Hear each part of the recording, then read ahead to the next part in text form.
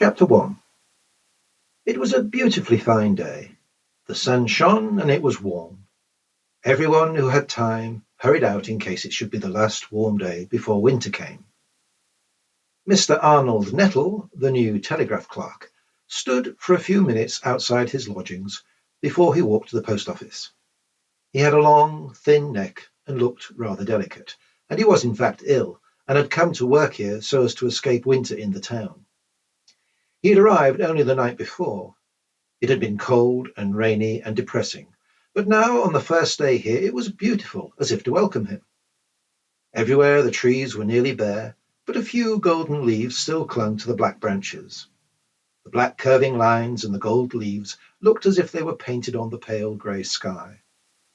The sun shone quite warmly through thin clouds, but the earth had already hardened itself for winter and did not respond. Only the children and the cats in the village were deceived by the warmth. Little Alexander Clark, the little boy at Mr. Nettle's lodgings, took off his dress in the middle of the road. His sister Pauline, when she saw it, slapped him until he cried.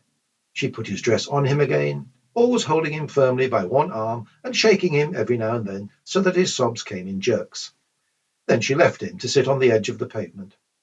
Somebody who passed gave him a halfpenny to stop crying, but the little boy from next door took it away from him when they were out of sight, and Alexander, still crying, started going up the road for a walk by himself.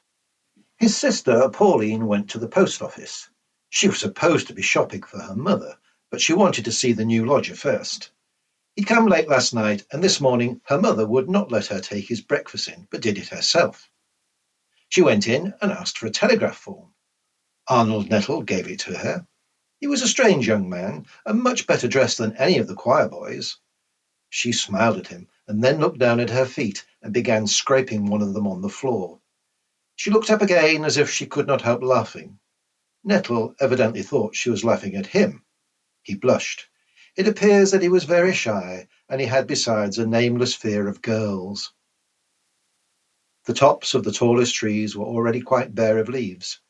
They stretched out against the grey sky. Farther up on the hill, 3 little fir trees stood up in front of a white house. Against the whiteness of the walls, they looked a deep green. Olivia, the elder of the 2 sisters who lived there, came down the hill in a white woolen dress. As she came down between the bare grey trees and along the hard grey road, it was difficult to tell whether the white figure was more like summer going sadly away from the earth, or like winter stealing quietly upon it. Pauline turned round to look after her as she passed, though she was not interested, of course, in any symbolic significance that might have been attached to her, but only in her dress. Both the Nearan sisters always had nice dresses, and they were moreover pretty.